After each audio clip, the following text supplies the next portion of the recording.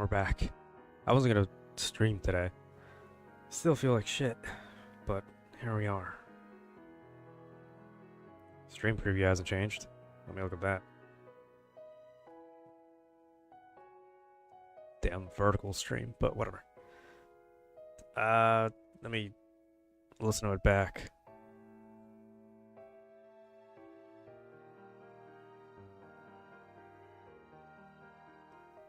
Yeah, music's pretty loud for me. I don't know about you, but it is what it is. So this is Absent in the Rain. You could see it if I moved my head, but made by Diorama. It's D10 Rama. I'm pretty sure it's a Japanese dev team. Pretty indie, if we're being honest.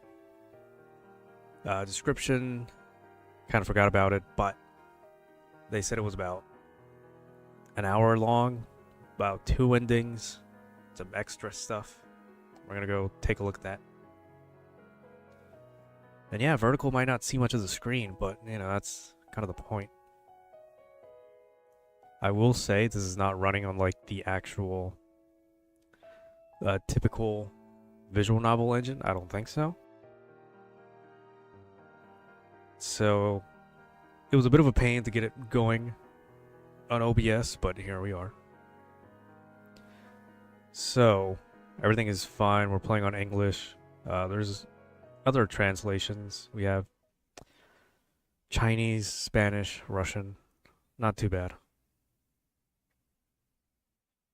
There's the dev logo. I didn't see much about this game. I don't think it had that many reviews or like downloads. I don't know. It was just one of those free visual novels that I found browsing Steam here and there. I like when they have this option, skip on read.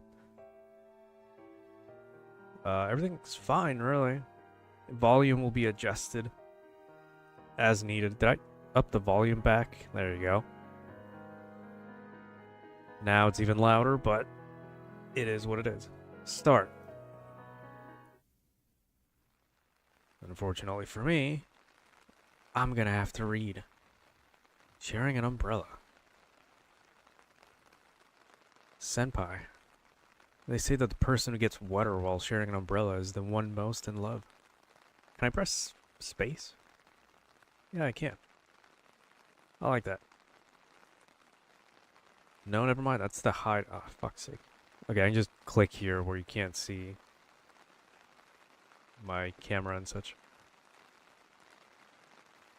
Let me update some of the chat stuff and whatnot. Did I go on Twitch? Yeah. Alright. Right click does this does the same. It's not the typical visual novel engine controls. Okay, that's the pause menu. So I guess I can't click there. Shit. How do I return? Okay, I'll put my mouse up here. How do ya? I guess that's us. We have a named protagonist. So they say. Can I see your shoulder for a second? Do you realize that, as a human being, that's the worst thing you could have possibly said? She chuckles next to me, under the same umbrella. One umbrella is too small for 2 people. Our shoulders and arms touch again and again, even though I'm being careful. It might look like I'm looking down, by the way. That's just because the way the camera is, but I'm going to move the window up so I'm looking more at the camera. It's so awkward. Whoa, how do ya? One of my male classmates passing by glances at me before looking away. He's riding his bicycle and wearing a raincoat. Under the raincoat, the rainy season school uniform peeks out. Let me do this. Up that a tiny bit, and the music a bit more. So you can hear the rain sounds and all that. There's some sound effects I didn't think would actually play, but yeah. Is he somehow someone you know? And like the people in people on vertical, I can probably move the window a little bit. Okay, that's not the one. So you can kind of see who's talking. It's going to be off-center, but it is what it is. Not many people watch vertically anyway. This rain noise is kind of nostalgic. He's a classmate, barely an acquaintance, really. Looking at the back, wearing the raincoat, she grins. That's just right. What is? There will be rumors about us. Did I say I'm not going to put on any voices? I feel like that's not in my character, but, you know. What are you talking about? People also say that a rumor lasts 75 days. I think I've heard that somewhere. So they say. Yeah, and that's more than enough. More than enough for what? 2 months? So, till August. Or, during the summer vacation. About the rumors. Indeed. What should I do? Would you please do nothing? With a light smile, Senpai simply replies that she will behave. My eyes are probably as moist as the humidity of the rainy season. This translation is kind of like, I guess, off. So some of it just doesn't make sense when you think about it, really. But you know, her jet black long hair is wet from the rain, and it gives off a luster. The color of my senpai's hair is that of a wet crow feather. Her dark eyes, which stand out against with her white skin, are peeking behind her long eyelashes. Now, mind you, yeah, this is a Japanese game, one of those. It's a Japanese indie visual novel, which seemed interesting. That's why I got it, and it was free. So you know, the translation's gonna be off here and there. I don't see it as perfect, but it's fine so far. The art style is really nice. I gotta say that right off the bat. We haven't even started, but it goes without saying. That's probably one of the main reasons why I got it. Her gaze turns to me. My consciousness is sucked into those eyes like the night sky.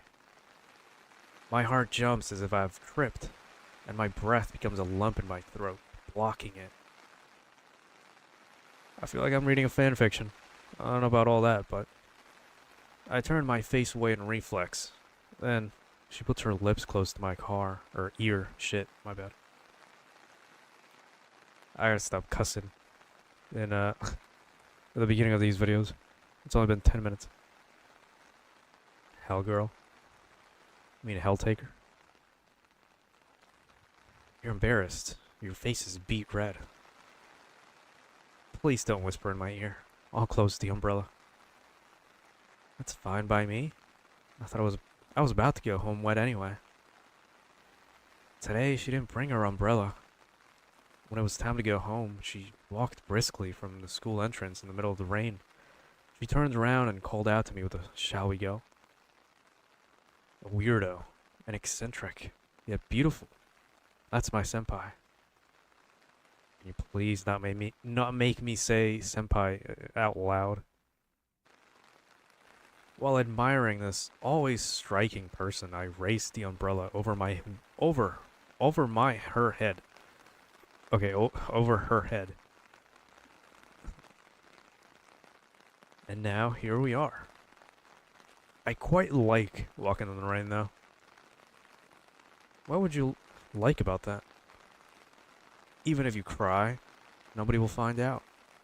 Huh? Oh, was my joke too high level? I do read pretty fast, and I don't have much opportunity to read out loud, so this is kind of jarring to me. I'm so tired I could cry.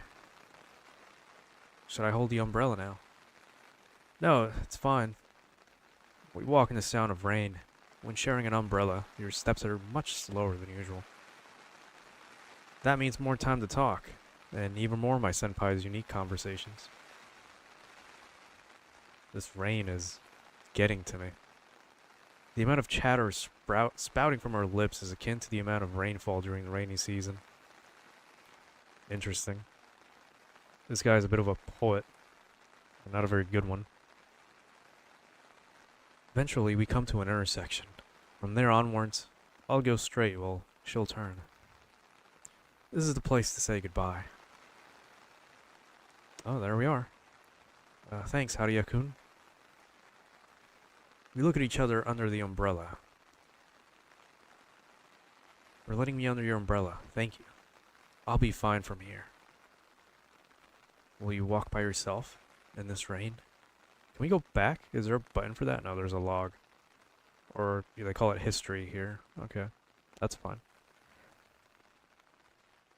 She nods. Many thoughts come to mind.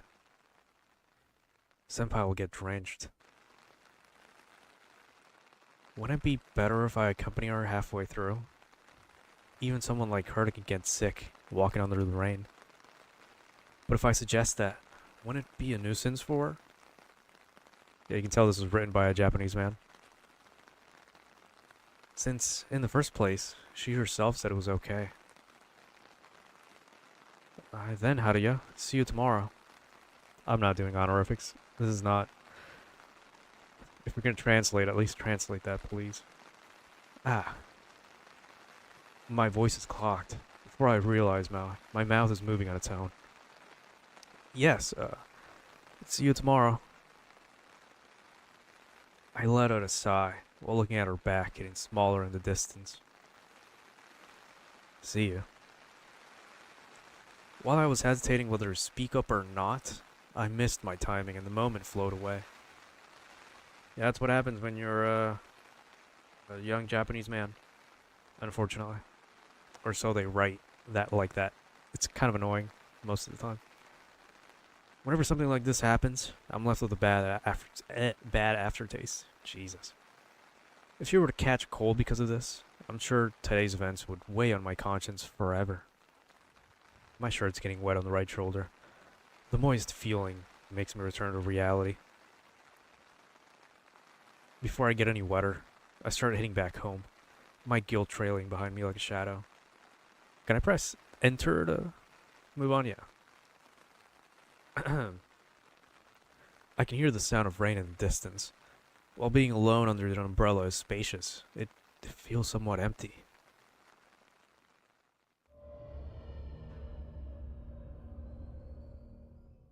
What the fuck?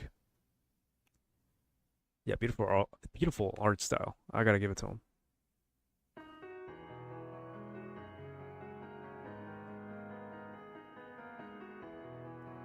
This is the intro song too, and it sounds faster for some reason. Might be the way this is like, this little animation's rendered, but you know. Tonight, it will rain.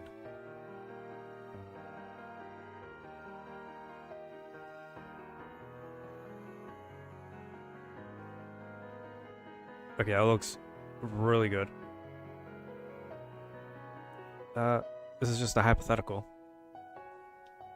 I don't want that. Even if it were to kill me, I will live on. What are we getting into right now? This will be an hour of what exactly? What is this, Persona? Are we going that route? But yeah, this is Absent in the Rain.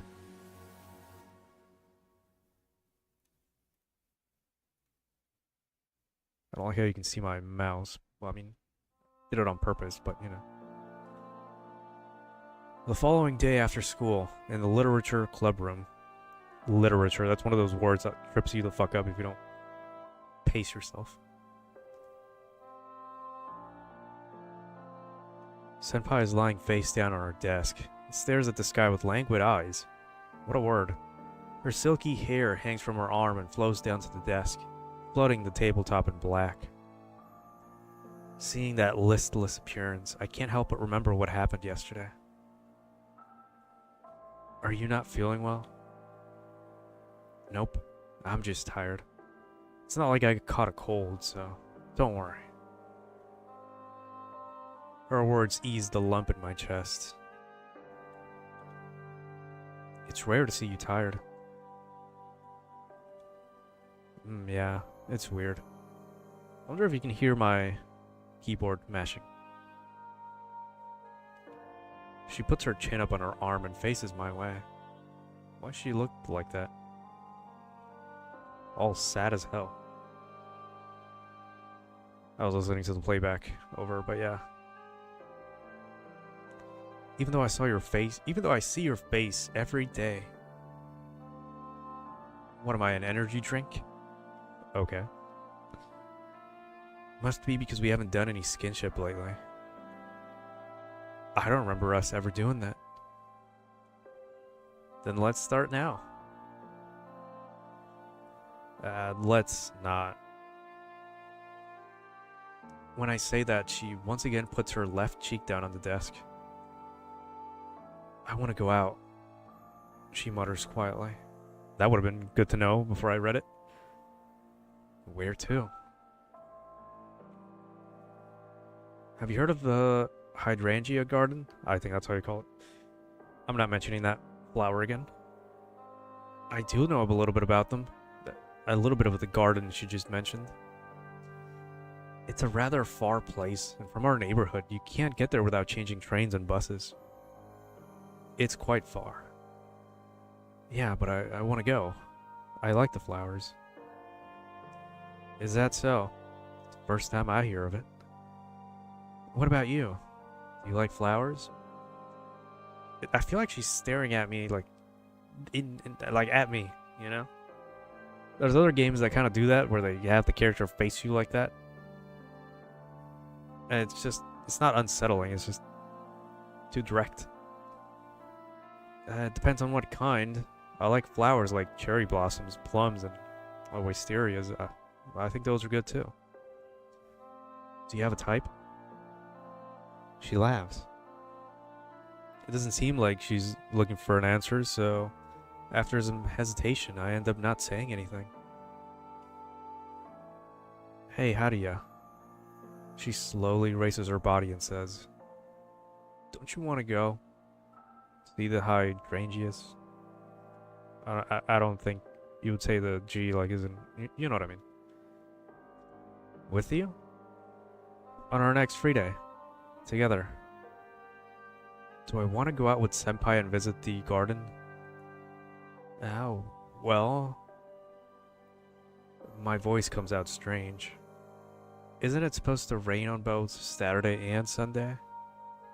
I blurt out something irrelevant. What does it matter if the weather is good or bad? Isn't it nice? They look good in the rain. Luckily or unfortunately, she doesn't seem to care about the weather forecasts.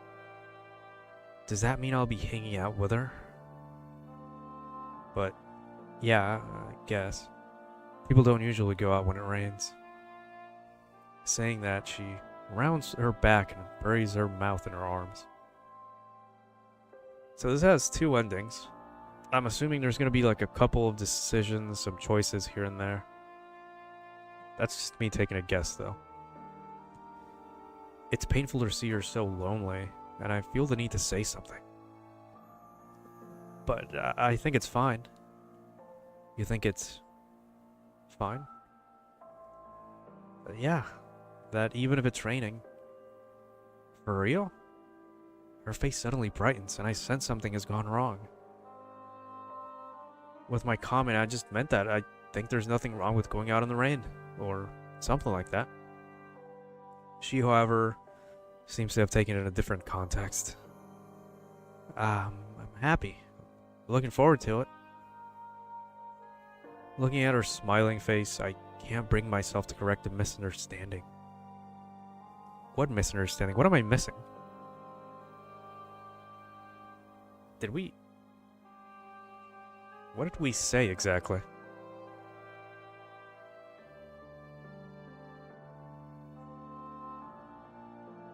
I don't get it. I don't go with the misunderstanding would be... I think I missed something contextually. But anyway. Senpai. Yeah? It's my fault for not making my reply clear, so I want to fix it. Let's go out together on the weekend. To see the flowers. Yeah, I know. Why don't we organize a trip? And so, we start talking about our sightseeing plans. As we finalize the schedule, the trip is quickly becoming a reality, and I grow more and more psyched. At some point, I stopped thinking, and I probably talked a lot of nonsense. Can you believe it? We have the whole thing planned now. Well, we did make it with the idea of carrying it out. By the end of our planning, I have calmed down. We'll meet in the front of the station before noon, have lunch, and then get on the bus. We'll spend the afternoon visiting the garden and sightseeing. Well, do some sightseeing. Perfect. This kind of date is perfect. I want you to come prepared, Haruya, because you're an accomplice now. Actually, I want to bring up a certain topic, but it's difficult to do in front of her smile. I just want to make sure of one thing. Oh, brother, what are you going to say? Yeah, what is it? She tilts her head as I begin to talk as if pulling a string of memories out of my brain. It's about the hot topic of the last days, the serial murder case. What? Yeah, let's talk about murder. Yeah, you know what I mean. After talking about a date. How amazing, how unusually Japanese of you. Her eyes widen at my words. A murder case has recently taken the world by storm. The world by storm. Jesus. Incidents have occurred nationwide, and the corpses left behind have been horribly disfigured. It's even said that parts of the bodies are often missing.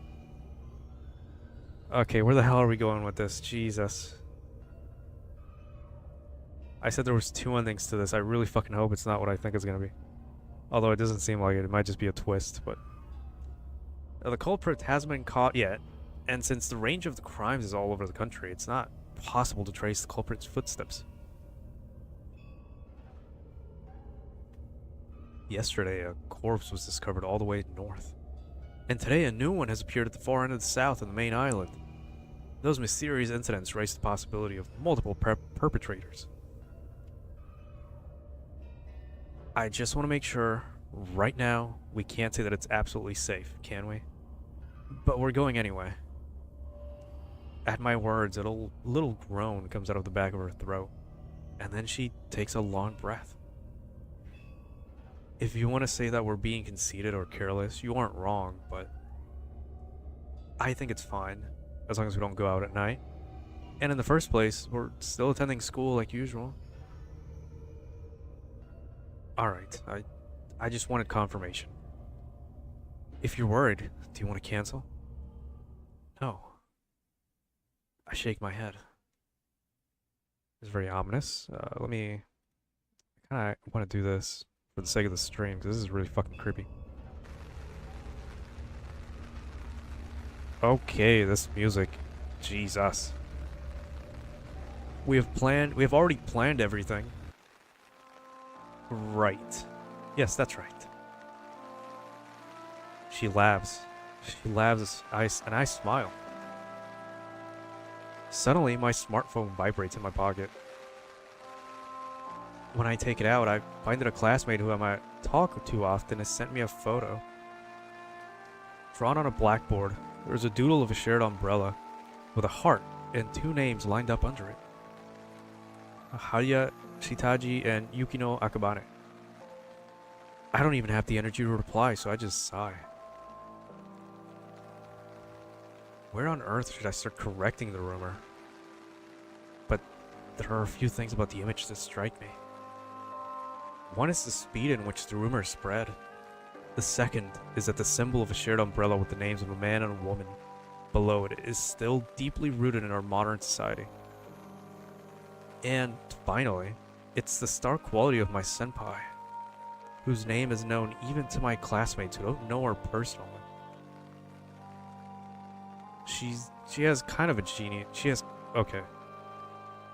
kind of a genius. What's wrong, Haruya? Why are you sighing? She had gotten up from her seat and was leaning up against the window, and now is calling out to me with her usual faint smile. You know, I heightened the volume. I hope nothing's gonna like yell out at me. by the way. I would be a little bit pissed off if that happened. Let me look at the stream preview real quick.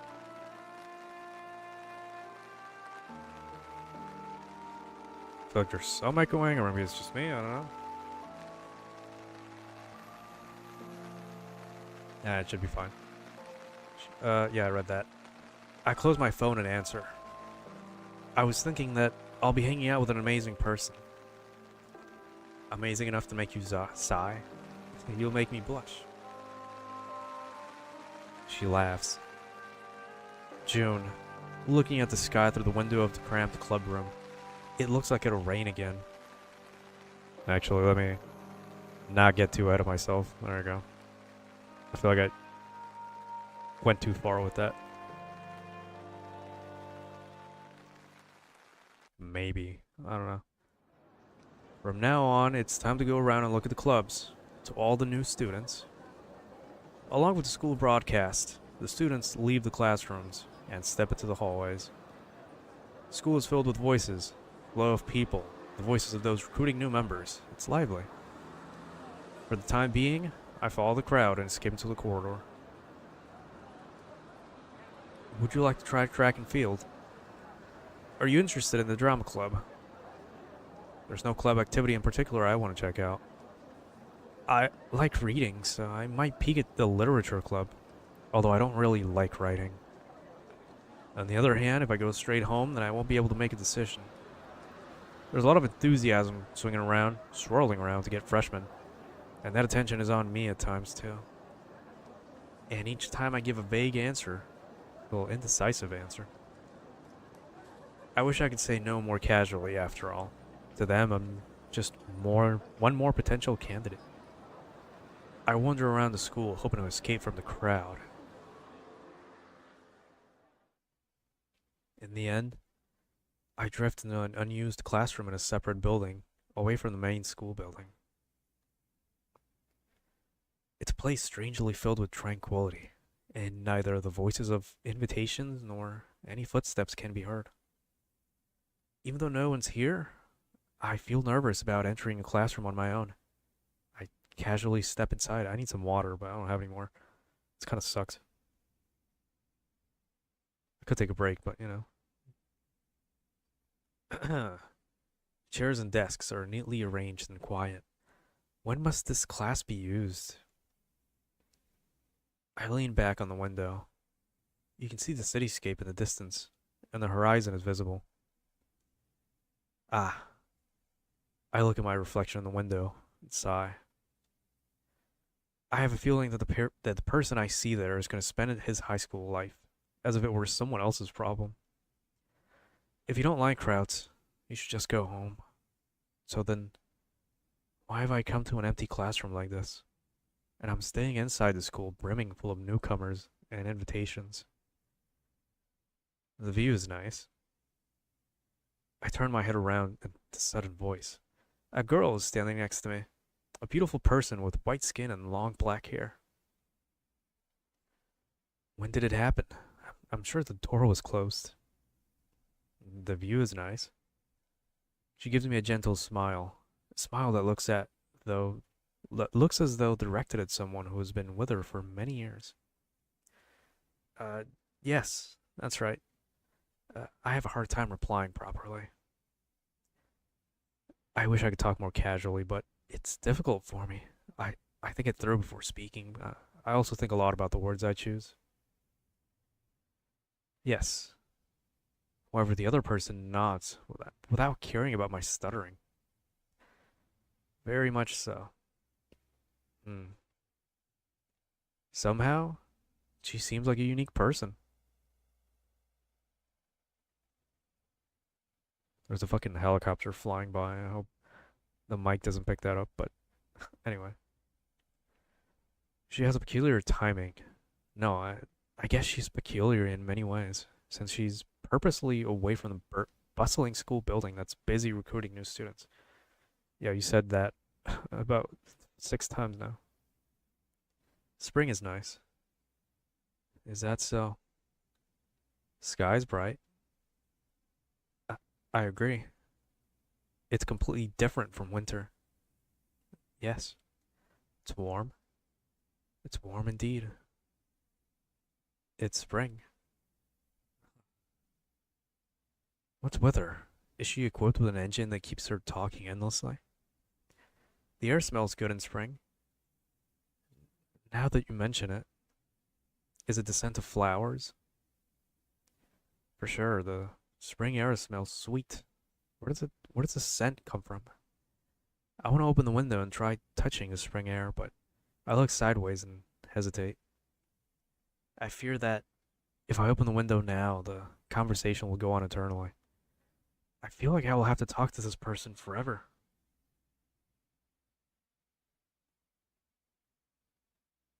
Just give me a second. I gotta look at different things, but yeah.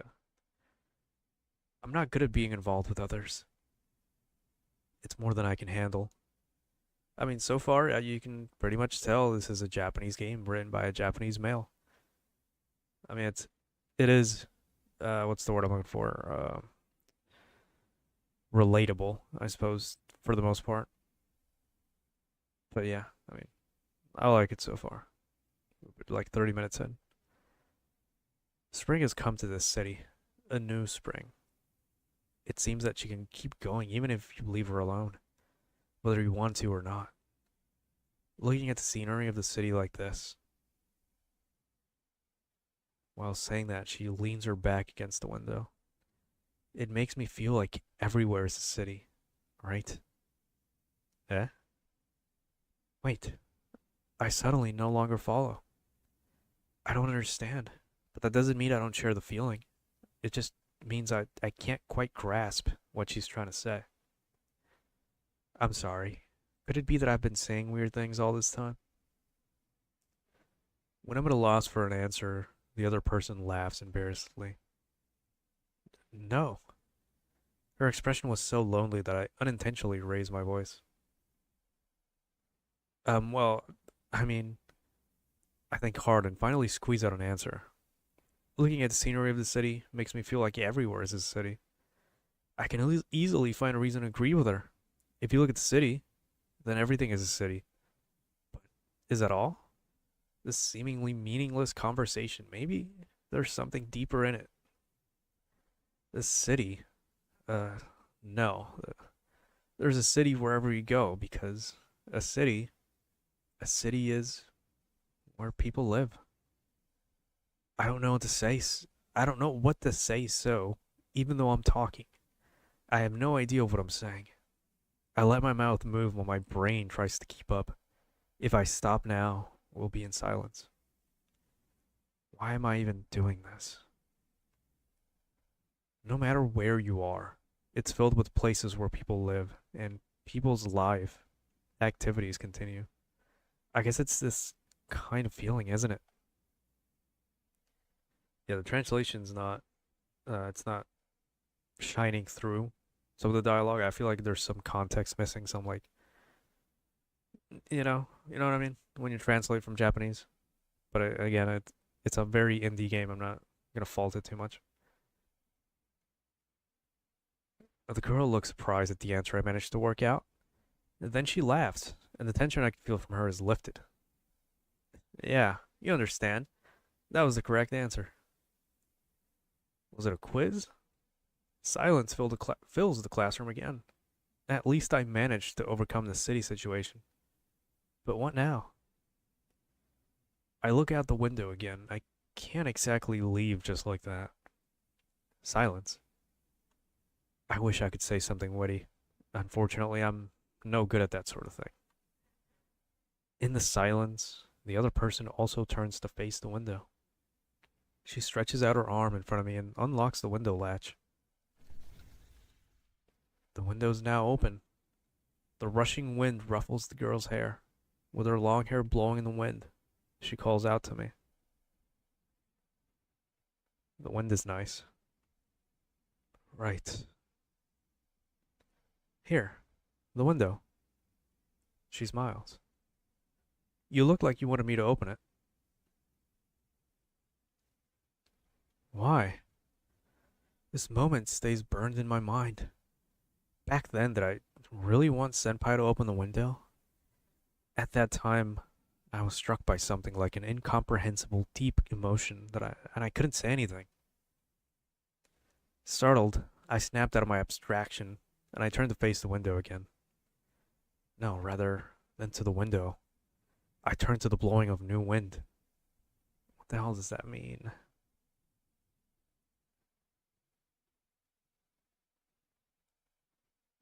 My name is Yukino. I'm a second year student. What about you? How do you? Freshman. I see. Yes. Come with me. I fall behind the person whose name I didn't even know until a moment ago.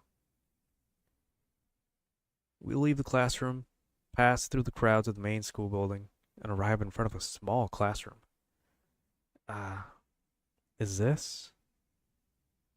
All club Jesus. Forgive me for that. All club activities are in full swing. I also have to fulfill my duties as a literature. Oh my god. It's always these fucking words in English that trip me up. Activate my non-existent stutter, but you know. She opens the door. The literature club room is so small that it makes me think it's a storeroom or something. There's a large table in the center, and a girl who seems to be a senpai is sitting in the back. She has brown hair tied in two braids and wears glasses. Hold on, let me look at something real quick. Well, like I had to scratch my eye, but yeah. You know what I mean. Let me not. Clicking. There we go. Welcome back.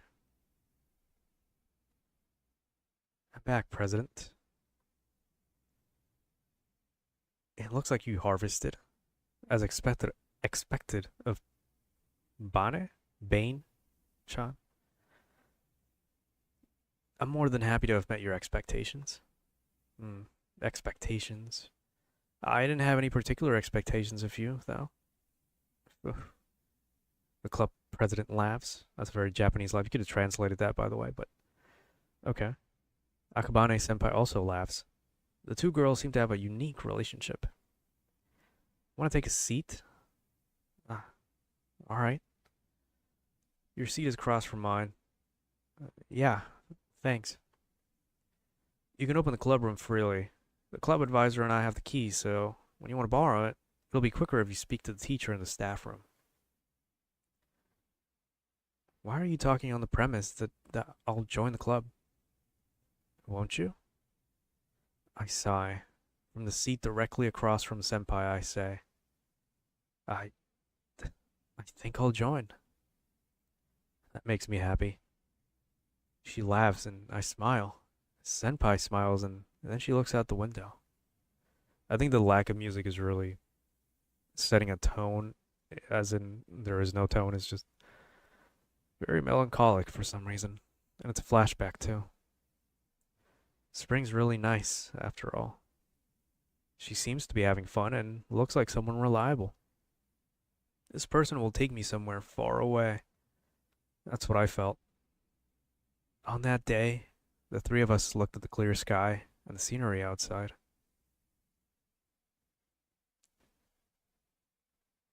Ah, indeed. And tomorrow, Senpai and I will go someplace far. Following in the footsteps of my senpai. Even if we never touch each other directly, we'll still go far. In bed, the feelings that have been scattered and itched into my chest are gathering, solidifying. With a sense of security that resembles determination, I fall asleep. Okay, well, we're back to the present. It's the next day.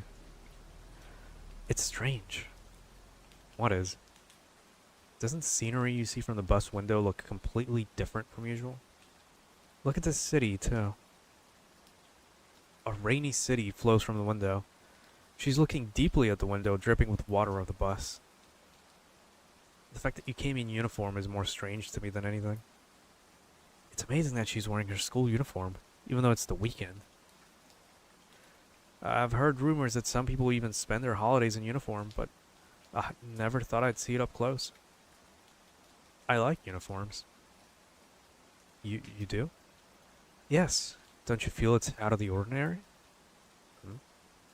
I think I kind of understand, but we wear uniforms at school, which takes up most of our daily life, so that isn't ordinary, then do you consider the weekend to be the actual ordinary time? Look, Haruya, there are a lot of people lined up over there. Hmm. Senpai's daily life seems to be full of surprises and discoveries. I like windows. You can see various sceneries flow, and the outside world spreads endlessly. I'll probably never get tired of looking. Ah, I kind of understand how you feel. Speaking of getting tired of things, no matter how out of the ordinary it is, won't you get bored of wearing the uniform every day? If there isn't ordinary, there can't be unordinary either. I'm not tired of it so far. In the long run, high school itself is a special event in life. That's philosophical. Doesn't it apply to today, too? Going out somewhere with someone. From the sound of it, even she seems to believe that going to see the whatever together is unusual.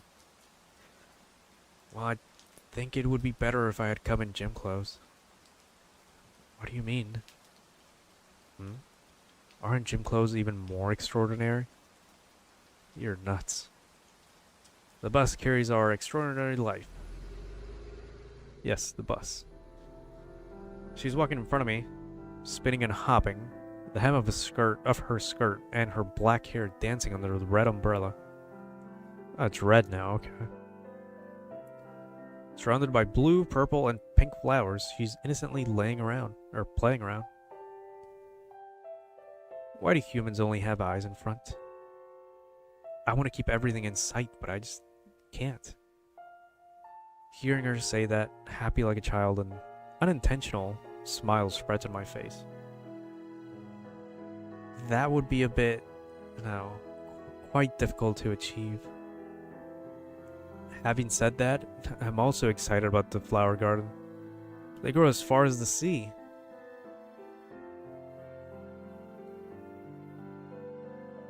Combined with the drizzle, it feels as if we're walking in another world, isolated from anywhere else on Earth. Lovely. It's really fantastic. The flowers are blooming everywhere, enveloping me. The road continues beyond the fog, and you're here. Me? Yes. She suddenly stops spinning. Her skirt and hair float and sway. If you weren't with me, I wouldn't be as happy. Is that so? If anything, my image of Senpai is that of a person capable of being free and cheery anytime, anywhere. How to put it? If I had been here alone, I'm sure I would have been scared. Just a little bit. It's so beautiful and wonderful, and the scenery goes on forever.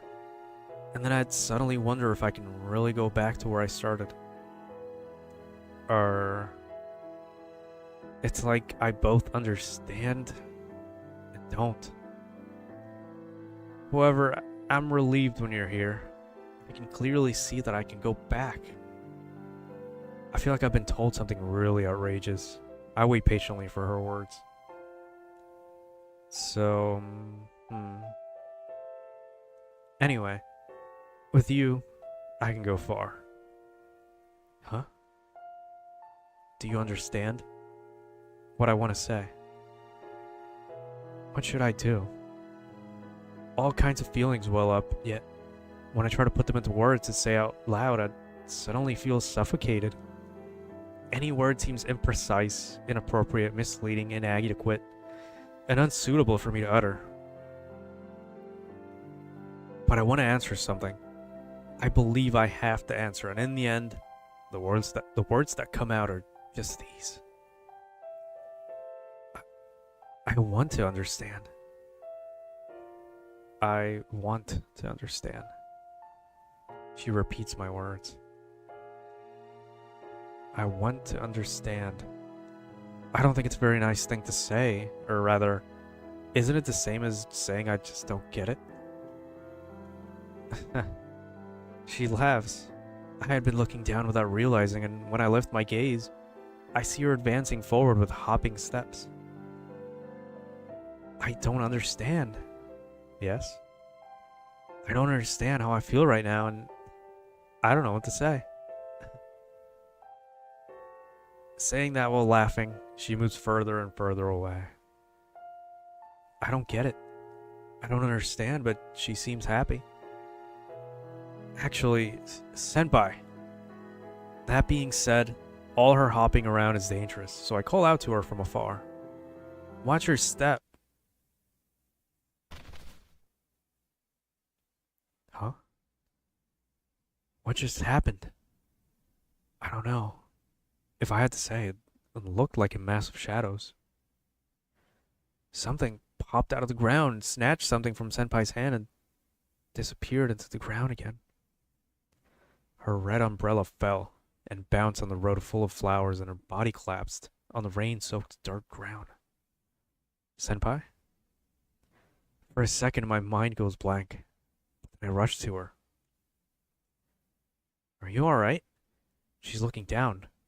Wonder what she's staring at. And when I trace her line of sight, I see the sleeve of her uniform. How? Senpai? Something's different. Wrong. Your wrist. Beyond her left arm. There's only the sleeve left. The torn sleeve of the uniform stretches out like an empty bag and hangs over the ground. She glances at her sleeve, staggers to her feet, and sits down again. Silence fills the place like a bottomless swamp.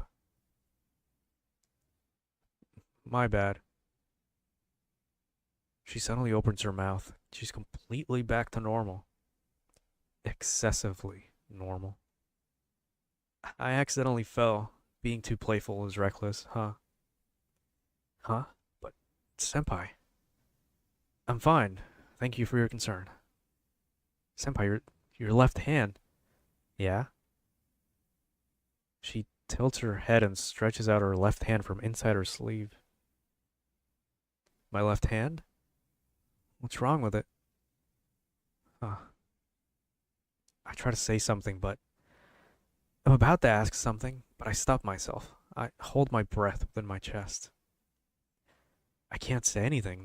There's a wall that strongly rejects me. She is rejecting me. No, I'm just glad you're safe. Sorry I worried you. She stands up, picking up the umbrella that was lying around. She turns to me to say, Then, let's resume sightseeing, how do you? I want to go farther. I think it's creepy. I had thought of her as a strange person many times before. I thought she was someone who lived outside the norm. But that's the first time I ever felt uneasy.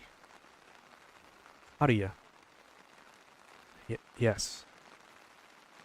Aren't you coming? I'm coming.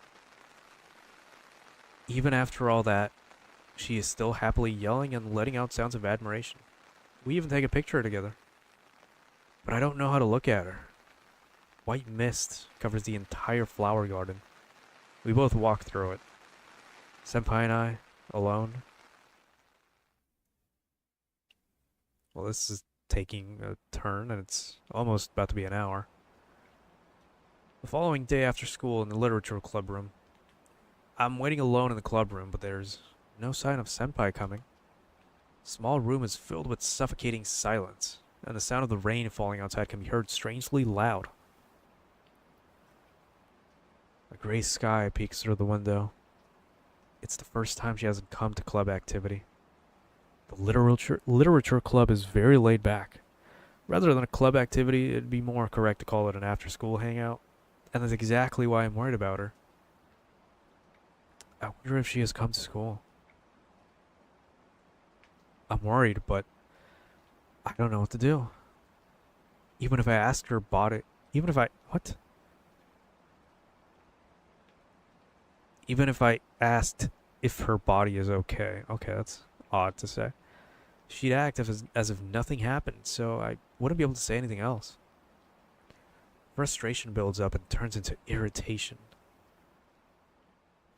All I can think of is Senpai and that shadow that caught my eye.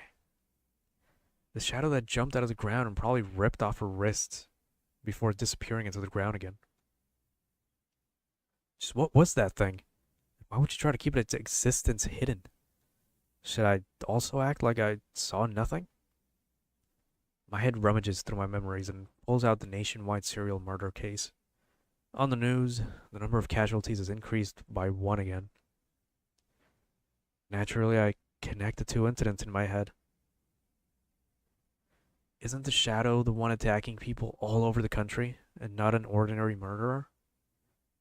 If that were the case, it would explain why it has been so difficult to track down the criminal, as well as why the crimes are spread across the country.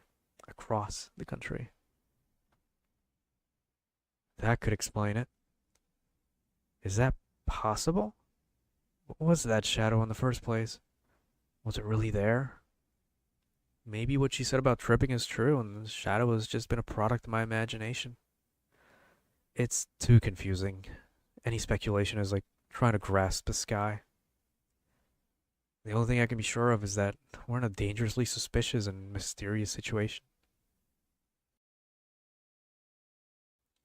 There's no point in thinking about it, so I leave the club room. I take out my smartphone from my pocket to see the time. But there's no news from Senpai.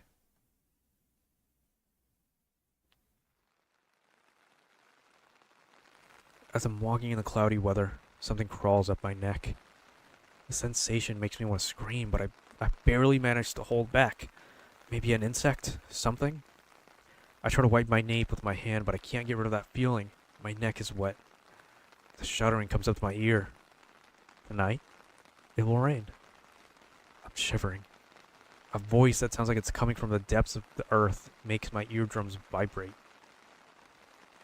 At the time of the bore, I shall await at the door of your dwelling. Something pops up in my ear. While I cautiously touch my ear, my fingertips are wet. What just happened?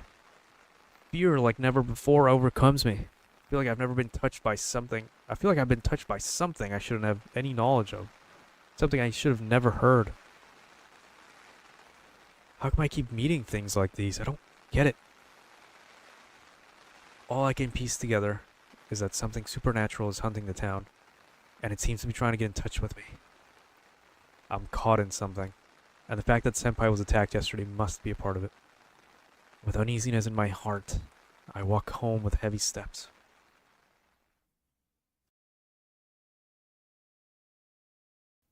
Tonight, it will rain.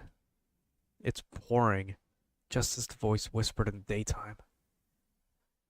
At the time of the bore, I shall await at the door of your dwelling. I don't know what that means. When I looked it up, the time of the bore was from 10 p.m. to midnight. The time is close. I sit at the front door waiting for the time to come. I turned off the lights in my room and my parents are already in bed. The house is pitch black. Amid that? Would it be like amidst that? But whatever. I hunch over to endure the tension. My hands and feet are cold because of the tension, and the back of my throat is tight. Maybe I should distract myself better if I waited outside rather than staying still. It's raining, so I grab an umbrella. Holding something in my hand makes me feel a little better. 10 p.m. I don't like it. Putting the smartphone in my pocket, I stand up. I pick up my umbrella and unlock the door, paying close attention to make as little noise as possible. Cold, rainy air rushes in through the crack of the open door. Both the entrance and outside are pitch black. I open my umbrella, take a step outside, and slowly close the door. It's my first time going out at this hour, especially when it's raining. The streetlights near my house shine their light onto the wet pavement. I have the uncomfortable feeling of standing in the wrong place at the wrong time. I wonder if Senpai would pass by my house. I'd probably feel a little better then. Usually that'd be impossible, but Since when we're talking about her, it might truly happen. Besides, I think I kind of like this atmosphere. I feel like this kind of atmosphere strangely suits her. I don't know why the hell I read it like that, but, you know. I'm staring at the pitch black sky while thinking about such things, and when I look down, a wave runs through my body. Something is emerging from the ground. From where I stand on my feet and from the firm ground, it's rising little by little, as if a face were sticking out of the water. It's like an optical illusion. Things I always took for granted are being shaken. I become uneasy. Fish! It's the shark. What's emerging is a huge shark. However, what's completely different from ordinary sharks are the gigantic human dentures that appear as it surfaces. Human teeth are lined up in the mouth of the fish, and the tongue contained in the back. They look like the teeth that could easily bite iron. Rows of teeth put closely together. One single front tooth is as big as my spread out hand. It's a monster. My whole body is frozen. I feel simple, pure fear as I perceive my life in danger. My body refuses to move. Weak and pallid as if my blood has been drained. I stand still, my stare glued at the monster in front of me as it slowly opens its mouth. On time.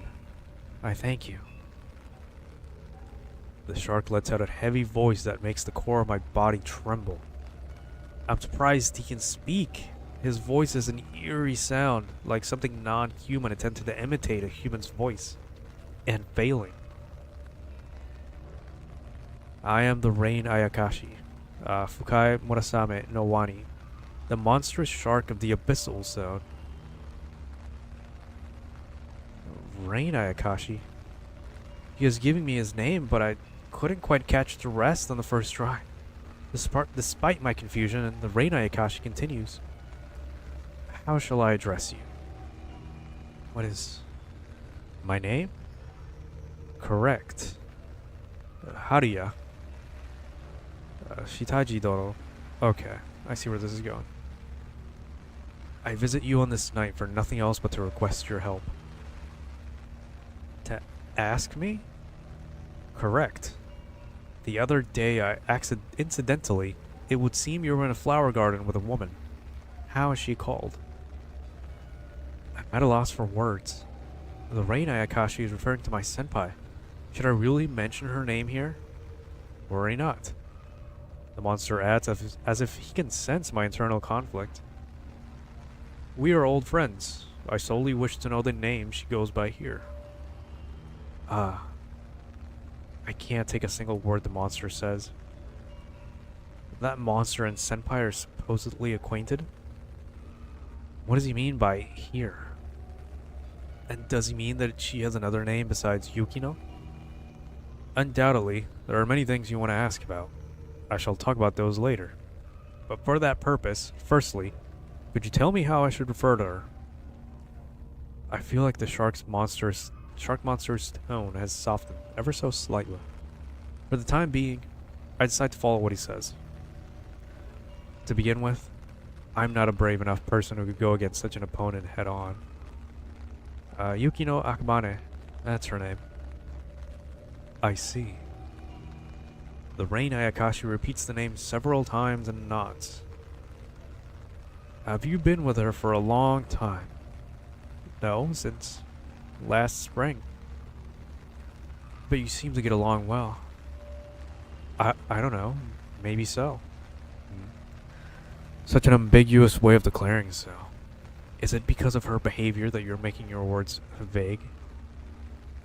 I can't say for sure that's not the case. No. It seems to be a relationship that cannot be easily explained. Is this thing prying into my private life? I feel a little annoyed, but I can't really say anything back because the other party is, well, a huge shark. Pathetic. What kind of person does she appear to be in your eyes? In a word, she's a weirdo. She's unpredictable. She's an unpredictable person who's always full of energy and tries to get close to other people. Yes, that's it. She seems like she's starving to interact with other people. I'd say this is the kind of person she is. I see, yes. I see. Humans may still look strange in her eyes. What do you mean? I shall be forthright. Forthright. The air is tense. Firstly, Yukino Akabane is not human. Huh? Neither she nor I live in this world. We are foreigners who came here from another world. We are Ayakashi. We are neither humans nor birds nor beasts, neither flowers nor fish. The monster says indifferently as if reading a script. Of course, my understanding can't catch up. Ayakashi? If Senpai isn't a human being, is she in the same category as the monstrous shark? Of course, you as a human would find it hard to believe, however, that the fact that I am in front of you like this is the best proof that my story is no hoax. Interesting. It's just as the Reina Akashi says. He has hit the nail on the head, but I can't easily accept it. In other words, the reason why Yukino Akabane wants to close the distance with you isn't because she wants to observe in more detail the strange human beings she mingles with. And perhaps that kind of attitude is seen as eccentric by other humans, and, therefore, they are wary of her. The monster's speculation about Senpai's position is mostly correct. And, according to the Reina Akashi, the fact that she isn't human may cast a shadow over the relationship between me and her. Honestly, even if you tell me all that, I don't understand. I really don't. What's going on? I guess I'm being unreasonable. However, we must move forward. Every second counts. And tonight's rain will soon stop falling. Just as the Reina Akashi says, the rain is gradually decreasing its momentum. Maybe the shark can't appear unless it's raining? Let me be blunt. Right now, I am here with an important order from my master. Such order is to bring Yukino back, even if I must kill her. Even if you kill, huh? Why? Aren't you friends? It would seem that a murder case has recently been making headlines in this country. I certainly remember the serial murder case. Before we went out to the flower garden, we talked about the incident. What about... No, you can't be saying she's correct. The Reina Akashi nods without saying anything. Like that, I can't continue the second sentence. No, I mean, why would she ever do such a thing? Why would she... Listen, for us to live in your world, we need life energy. To us, it's like the air that fills your lungs when you dive into the water. Yukino Akabane no longer has the life energy needed to sustain the diving. Originally, she should have already returned to our world, but she stubbornly refuses to go back. You don't want to go back to land, but you're almost out of breath. In that situation, what would you do? So surface for air before diving again? Correct. She attacks and eats humans to use them as energy to live here. Is her tyranny not too extreme? Is she really attacking people and devouring them to death? No, that's impossible. Right now, Yukino Akabane is harming the world out of resentment. I absolutely cannot forgive such an extreme display of wickedness and violence. Therefore, we're trying to subjugate her in order to maintain the peace and order in both worlds. Wait, do you have any proof about Senpai killing people? It's a pity I can't demonstrate it to you. I should have shown you how I cut off Yukino's hand in the flower garden. That time, was that something he did so I would see? There was one more victim that night. That's what Yukino did to restore her health. Think about it. Running around the country, killing arbitrarily and still not getting caught. It's a very unmanageable feat for a human. Is that not so? That's right, but recently she seems to be exhausted. Isn't Yukino showing signs of being tired? It's just that the rain Ayakashi says. I'm speechless. Half of myself is in agreement while the other half doesn't want to admit it. Therefore, I was dispatched from my original world in order to take the task of subjugating Yukino. And now I have a favor to ask of you. Will you lure Yukino out? Me? Are you asking me to cooperate? Correct. I want you to bring Yukino to a specified place at a specified time. She trusts you, and therefore wouldn't be wary if it was your invitation. But that's... The rain is stopping. The rain Ayakashi looks up at the sky and muttered. I must go. Aren't you being too one-sided here? You must tell nobody. I shall let you know in advance that I possess a keen sense of smell, and I loathe the smell of lies. In other words, if you talk about it, I will know immediately. More a threat than a warning. On the morrow at night, it will rain again. I shall listen to your reply at that time. I would like you to fully consider it until then. The rain Ayakashi says so with its mouth wide open on purpose. Its oral cavity full of intimidating dangles in front of my eyes. Full of intimidation dangles. I look forward to your humane judgment and response. After saying that, the monstrous shark burrows deep into the ground. The rain has already stopped. I stand in front of the entrance for a while.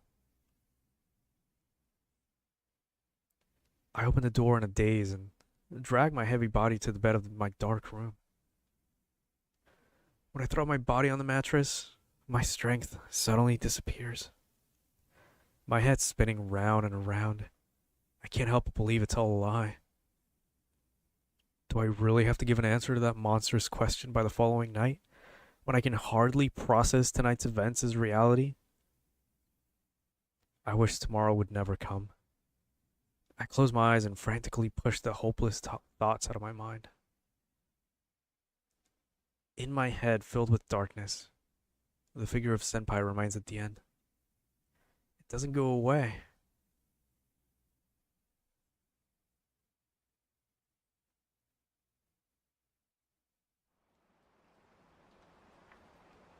The following day after school in the literature club room, I throw my bag on the desk and put my face down.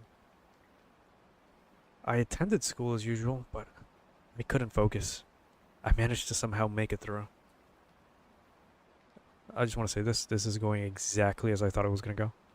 It was kind of predictable, to be honest, because stories like this usually go this route, but anyway. On the morrow at night, it will rain again. I shall listen to your reply at that time. I would like you to fully consider it until then. I keep thinking about it, but I can't come up with an answer. Since last night, the serial murder case has increased the number of victims by 2. Maybe the Reina Akashi wasn't just talking crap. However, I can't betray Senpai. It seems she isn't human and is attacking people at night. Even though the truth is unknown, it's still a shock that I can hardly accept. I want to talk to her, but I haven't seen her since her visit to the flower garden. In the first place, the Reina Akashi is observing my movement from the rain. Of course, it would be a lie if I said I'm not afraid of the Reina Akashi. Even now, his gigantic gums keep flashing through my mind. That sight frightened me and made me feel powerless. I'm frustrated, scared. Definitely not going to cooperate. But when I think about what may happen to me, I can't help but waver in my decision. My mind is in chaos. I can't think clearly. What should I do? Shitaji-kun is dead. The sudden sound of the door followed by a voice I hadn't heard in a while makes me turn around. Hi there. Hello, President. It's been a while. Right. How have you been? I've been okay. Your complexion tells me you're lying. The club president is detached as always. Do you have something to do here? Sure do. I want to borrow some books. There's a bookshelf in the corner of the literature room. The club magazine is in there, and the books brought in by club members are lined up so that anybody can read them freely. You came solo today? Yeah. Senpai isn't here. How unusual. She's always the first to arrive. Maybe she's busy today. I wonder. It seems like she didn't come to school yesterday.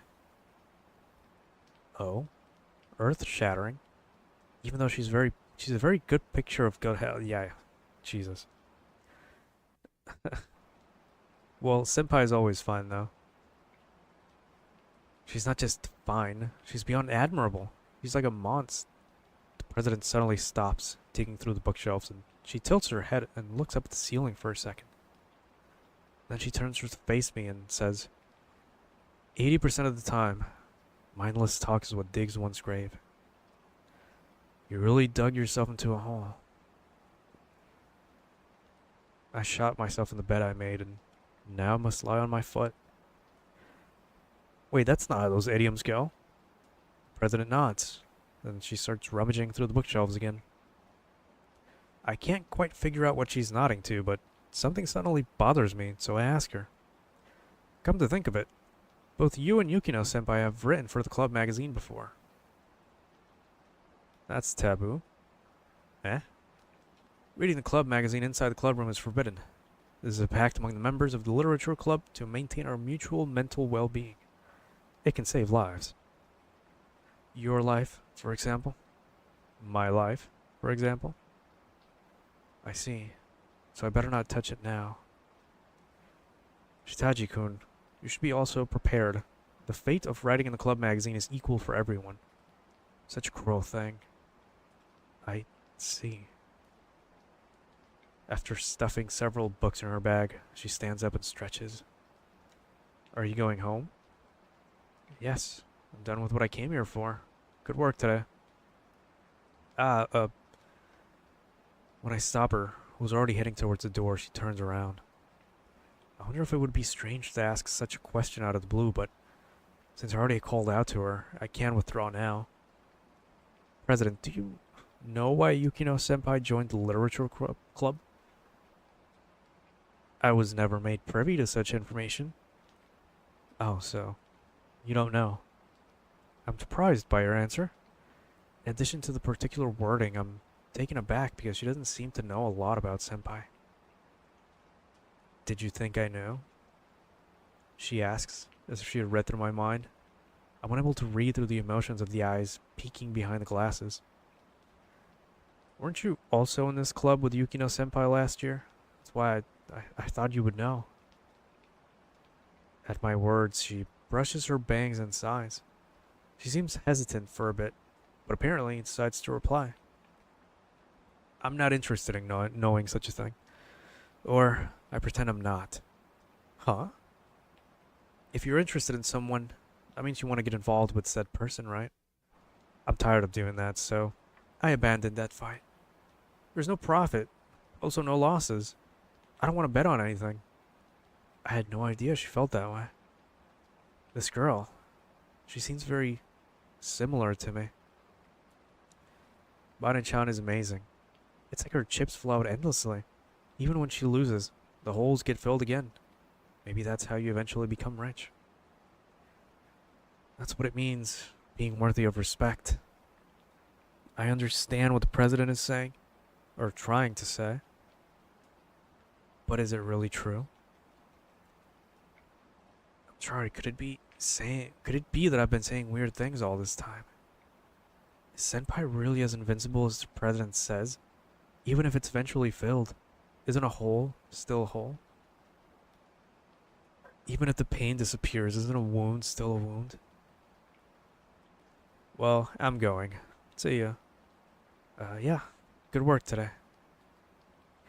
She puts her hand on the door handle, but she suddenly seems to remember something and turns around. The club magazine. Why don't you take a look?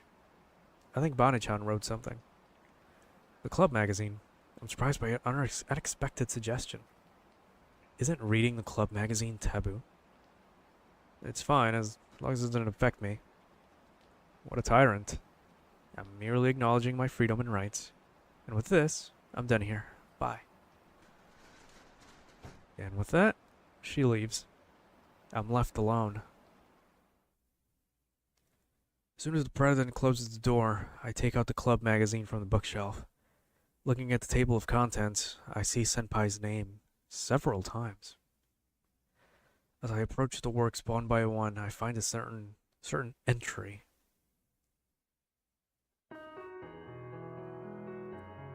Window by Yukino Akabane, first year. Music is loud as all hell, but I'll accept it. I like books. I especially like novels. And I like looking out the window. No matter who you are, you only live once. No one can ever escape their own lives and go into someone else's. Sometimes I wonder if life is like a bug cage. Everybody's trapped in insect cages, unable to go out into the world outside. I feel that I have no choice but to keep all parts of myself within the cage. But there are books in this world. A book is at least part of someone's life. A book is a small, outside world. So to speak, it is like a window in a human room. Through the window, you can see the scenery outside. There's no exit from this insect cage, but there are many open windows. And I like looking out of the window. I'm still looking out the window from the literature club room. I'm dazed for a while. I regain my composure. I think of Senpai. What kind of life did she live in her original world? How did she come to this world? I'm trying to imagine it. A sound takes me by surprise and I turn around. It's the second time today that I turn towards the door after I hear somebody's voice. Here she is. Hello, Haruya-kun. Senpai. She comes in the room, stumbling, and sits down in her usual seat. Her complexion looks noticeably bad. On my end, I hurriedly put the club magazine back on the shelf. Still, I don't think it's a bad thing to read the club magazine in the literature club. Ah, that's taboo. The club president said so too. The president? Did she come here today? Yeah, to borrow books. Oh, really? I'd like to have seen her. I'd have liked to see her. She says lazily, resting her hand on her chin. I wonder if her tiredness hasn't gone away. Feel free to read the club magazine. So it isn't taboo for you? Nope. Don't really care. I've already read what I wanted to read, though, so I don't take it out again. Instead, I sit on my usual chair. Are you not feeling well? Kinda. Been tired lately. For a second, she looks exhausted. However, she suddenly corrects her sitting posture. Hey. Yes. She calls out to me and speaks in a serious tone. Instinctively, I sit upright too. This is just a hypothetical. If I had to leave here soon, would you be okay? It's wrong, all of a sudden. There's nothing wrong, but yesterday while I was resting at home, I had this thought. I was wondering what you were doing at school without me. I laughed by myself because I couldn't imagine you being alone in this room.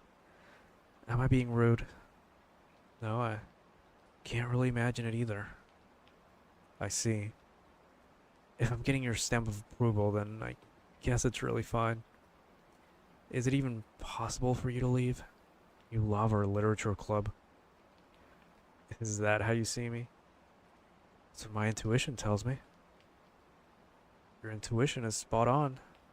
But, well, I think I could deal with it. I was alive and well before coming here, so I don't think of it as something inseparable or anything. But I think the way we live keeps changing, and so do our needs. For example, cigarettes and alcohol for adults. They didn't know the taste of it as children, yet many can't let go of them when they grow up. Isn't that the same with our club? She sighs. She gets up from her chair and leans against the window. With her back towards me, she continues talking. I have to graduate. Isn't graduation still some time away? That's right. Well, I'm getting a little sentimental. You see, yesterday I lost my perfect attendance at both club and school. I'm a little down. She looks back at me with a troubled smile. She said my intuition is good. If so, then surely this is a roundabout way of saying goodbye. It's just my guess, but she must have realized the situation she's in after being attacked by the rain, Ayakashi. Then, after thinking it through for a day, she has shown up to club again after coming to a decision. She also most likely believes I know nothing, but she's wrong about that, as I've somehow been involved in it. I don't know everything, but at least I do know what the Rain Ayakashi told me. Senpai. Yes. I have to answer her question. If you were to leave soon, would I be okay? That's what you asked. Yes. Can you give me a reply? I can tell. At first glance, she looks like usual, but I can tell there's a hint of anxiety on her face. If you were gone, Senpai, I will live on. Or, I don't want that, even if it were to kill me. I get the feeling this isn't gonna end perfectly, for some reason. But this is exactly the type of twist, or choice, I figured was gonna happen as soon as we got to, like, the quote-unquote main plot twist. It was a bit predictable, but we'll get on that when I review that. I'll write a review, because this is a pretty good game so far. I'd like to know what the game engine is, too, but, I don't know. Personally, I like to answer choices in games or RPGs and visual novels the way I would answer it if I was the character. Usually you're a self-insert anyway, but even then it's even better to make choice for yourself and then, use a guide or something to get all the endings, but whatever. There's only 2 endings here. I'll do it on my own, the second one, but the one that we're going to get is just by saying, no, I don't want that, even if it were to kill me. Just thinking about it is painful. I don't like it. I'm sorry for making things difficult, but if you're going to disappear after graduating anyway, I might as well say it. Forgive my stuttering, by the way. It may be unsightly, it may be pathetic, but that's my honest answer. At least in this situation, I won't be able to say I couldn't express my real feelings. Even if I'm unskillful, I don't care. I'll say it, even if clumsily. That's why I don't want that. Even if it were to kill me. If I don't speak up now, I know I'll regret it for the rest of my life. She widens her eyes. Is my answer really that surprising? There was a stunned silence for a while, whether it was due to a loss of words or confusion. After a few moments of silence, as if time had stopped, she asks me back, even if you were to die? Even if I were to die? Do you know what you know what you're saying? I think those words carry a lot of weight. To me, this isn't something you can say just because you got carried away by the moment. But I do mean it. My life is centered around school. My daily life and my relationships revolve around school. I think everyone is like that during high school. That's why club activities are at the center of my school life. I come to school every day for club activities and to skip class. And for me, the center of the club is Senpai. I come to the club room every day to see you. My heart shrinks. I feel like I just said something very important. Now that I've put it into words, it's irreversible. It's shaking the very foundation of who I've been until now. This thought suddenly comes into my heart, and I can't continue my words. The sound of rain echoes in my ears. I've suddenly forgotten how to breathe. I can't look at her face and instead drop my eyes at the school shoes. Got it. I look up at her voice. She's looking straight at me with dark, deep, unfathomable eyes. Thanks, Haria-kun. I understand how you feel. It's alright if you die, right? A note of caution. I nod. I don't know what comes next. I hate the future. The amount of time spent in high school may seem small when compared to life as a whole. However, I am living as a high school student right now. For me, the present is everything. This club room with Senpai is the center of my world. I don't care if I'm called abnormal or immature. Will I ever be able to find something in my life that I can feel I can give my all to? Will I be able to do that as an adult? Do such things exist in everyone's life? So I just nod. I look into her eyes and nod. Yes, yes, yes. At first, she nods mysteriously. Her movements become gradually lighter, as if she had been possessed and the curse has finally been lifted.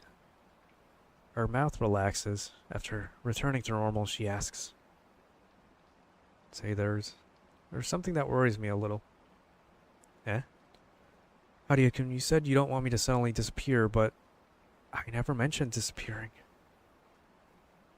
I'm just saying that I have to graduate someday too. Are you misunderstanding something? Or did you think I was implying I'm transferring to another school? A smile appears on her lips. I don't know what she's thinking, but I can tell she's trying to find out how much I know. I thought you would disappear because it's raining. What's up with that? That makes no sense. Are you malfunctioning or something?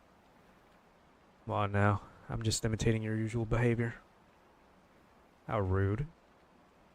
She must have already figured out. In order to not be caught by the Rain Ayakashi, we must slip hidden meanings into our everyday conversations. A code, or a metaphor, it very much feels like a literature club thing to do. It looks like it's going to rain tonight. What a problem. You only say that because you know me well. Well, a little. You can't imitate someone you don't know. She nods and huffs. Can I call you tonight? Sure. Let's talk about the future. She looks at the rain through the window. I don't know what will happen from now on, but right now, I'm happy. How do ya? Yes? Do you like the rain? I hate this rain. I thought so. Dark rain clouds fill the sky far into the distance. Will I ever see a clear sky again?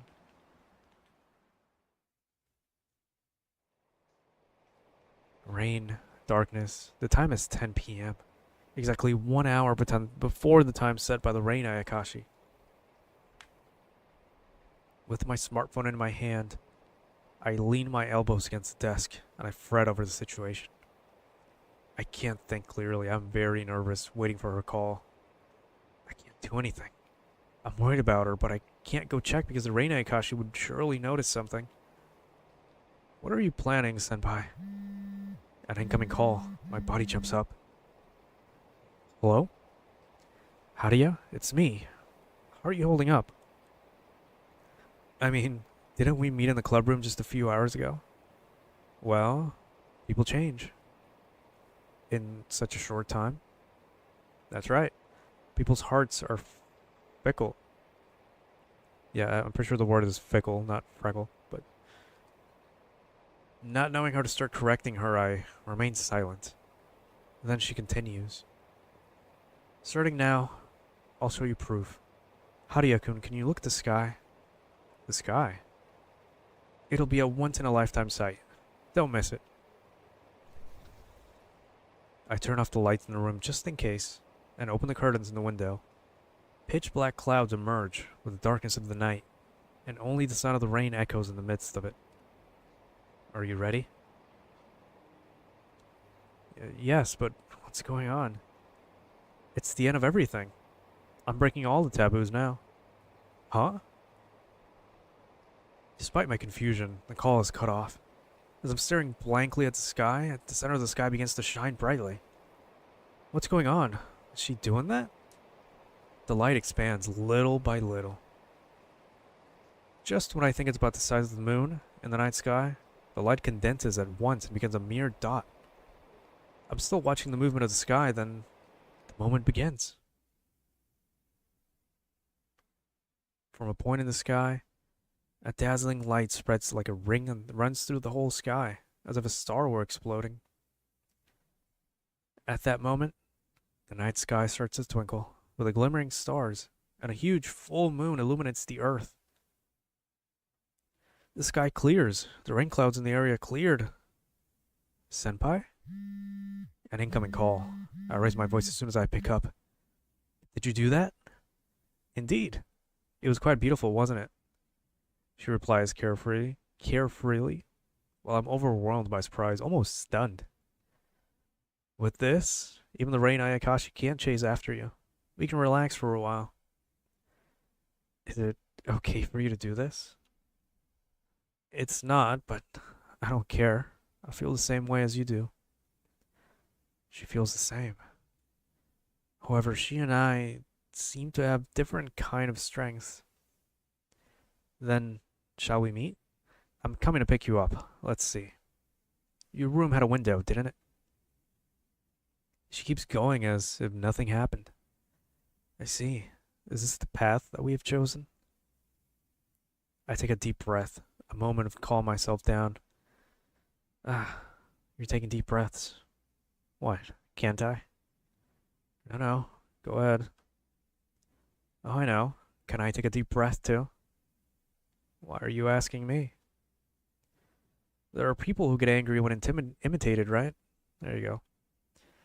I'm not like that. Please do as you wish. I hear a deep breath through the speaker. Making small talk calmed my heart a little. Maybe as my senpai, she was taking care of me. So, do you have any windows at your house? Well, we do, like one would expect of an ordinary house. Huh, is that so? Windows are something to be found in ordinary rooms, after all.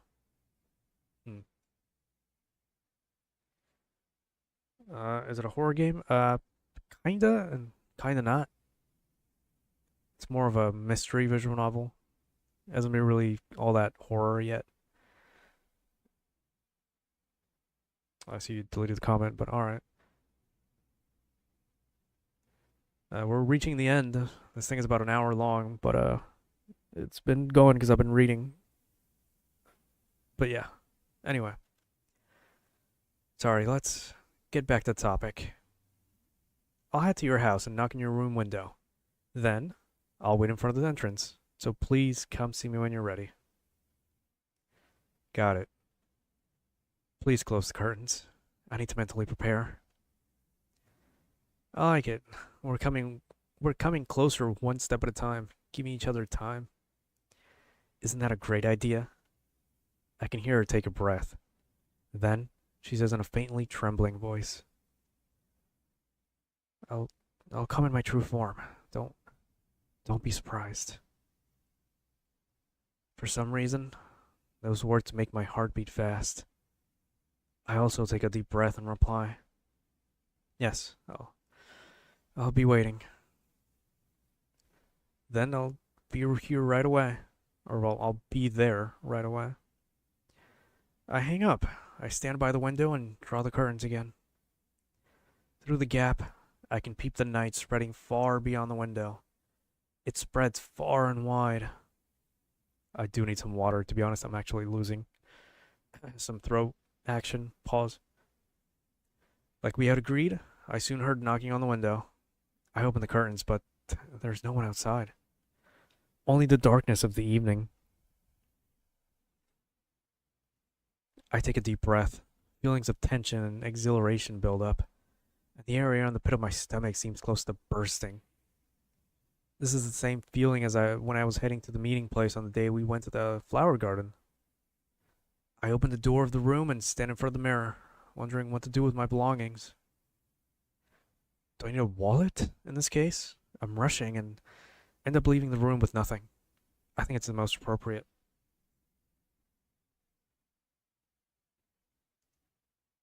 I quietly pass through the dark corridor and carefully descend the stairs. Standing in front of the entrance door, I take a deep breath. Please, for the love of God, do not jump scare me. That wasn't enough, so I squat down, holding my head in my hands, and I mutter, "Senpai, I'm ready.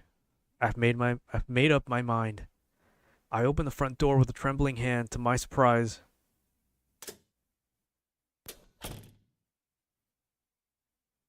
"Senpai, there's something inhuman standing there. Yes, it could never be human, but it's too beautiful to be called a monster. It's a one-of-a-kind existence that seems to have nothing similar to the beings of this world. Senpai, that's you, right?" "Yes, it's me. Nice to meet you. Yukino Akabane has changed into the Winged Ayakashi.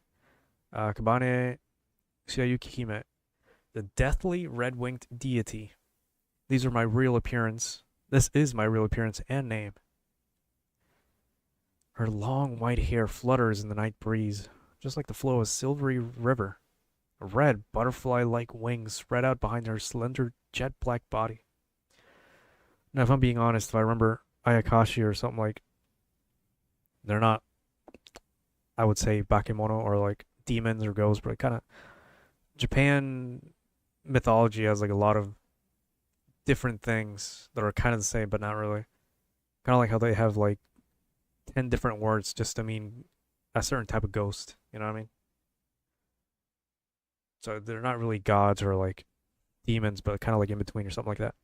Anyway, and most of all, what catches my eyes most is that she's a figure without a face. When I stare at her for a while, she smiles, as if embarrassed. I realize that I've been watching too much, so I hurriedly avert my gaze. It's a little awkward. "Surely I shouldn't have come," she says quietly. "Do you hate having met me?" "That's not it, but it's true that I shouldn't have met you, nor should I have shown you this form. But now we've met and you're showing it to me. And that is a problem." "Yeah," she sighs. "The atmosphere is one of what's done is done," and then she looks up the night sky and murmurs, "It's because the moon is so bright." Her hand reaches out and wraps around my right cheek. "They say the moon drives people crazy." "Like lunacy?" "Yeah, we're probably a little crazy, both you and I." "Is it that surprising? I was told something crazy, so now I'm crazy. And even then, you still wanted to see me. I wanted to see you even more." "What a weirdo." "I don't want weird people calling me that. I'm not human. I don't want weird creatures calling me that." With a sigh, I put my hand on Senpai's hand. You aren't human." Words that sound like soliloquy leak out of my mouth. "You aren't human, Senpai." "What did you think?" "What's with this question? Nothing special. I thought you were a normal human being, but I didn't think you were a normal person." "What's the opposite of normal? Abnormal?" "Special." I reply by reflex, surprised myself. I break into a cold sweat. Although I'd usually take it back right away, that's not the case now. I gently take her hand that's resting on my cheek to my chest, and I put the other hand on top of hers. I looked up at Senpai's faceless face and say again, "You're special. To me, Senpai is, well, Senpai. Whether or not you're a human being, changes nothing for me, and I can't help it. There was no expression on her face. We stared at each other for a while, but eventually her hand slips out of mine and puts it around my back. Aren't you scared? Scared of you? Yes. Not at all. Well, not being beyond you being an upperclassman. Ah. She takes a long breath and hugs me tightly. I was scared. A faint voice. Huh? You were? That's right, because if I showed myself to you like this, what should I do if you reject me? Oh, brother, there goes the fucking Twitch bot just to ruin the whole experience. So you're gonna have to deal with that. But anyway. Sorry about that. Might cut this out later, but yeah. That's right, because of... Okay, I did read that. That's a baseless worry. I think you're beautiful. Beautiful? Did you say beautiful? Yes, I mean, no, it's not beautiful as in for people, it's like the beauty of flowers and butterflies. I get it, but you don't have to be so embarrassed. It's a moonlit night's rendezvous. There's another little typo, but whatever. I think. We don't have time for that now. I know. Let's talk calmly later, but I'm only me. I came because I was happy to be called.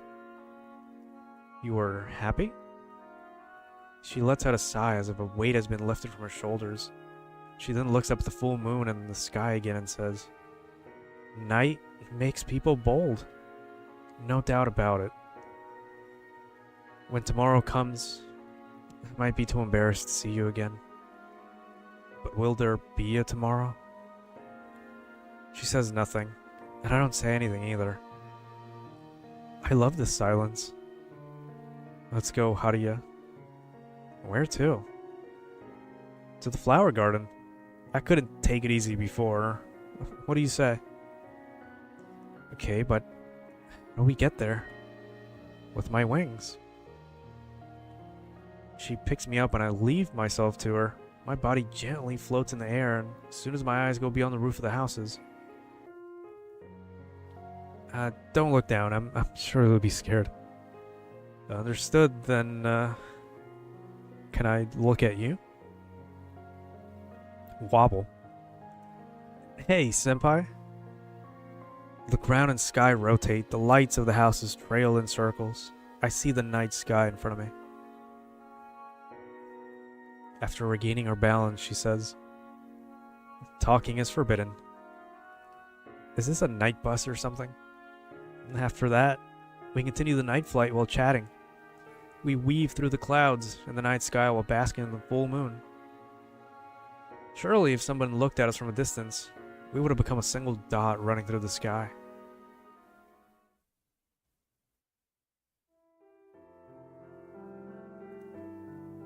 We land in the nightly flower garden.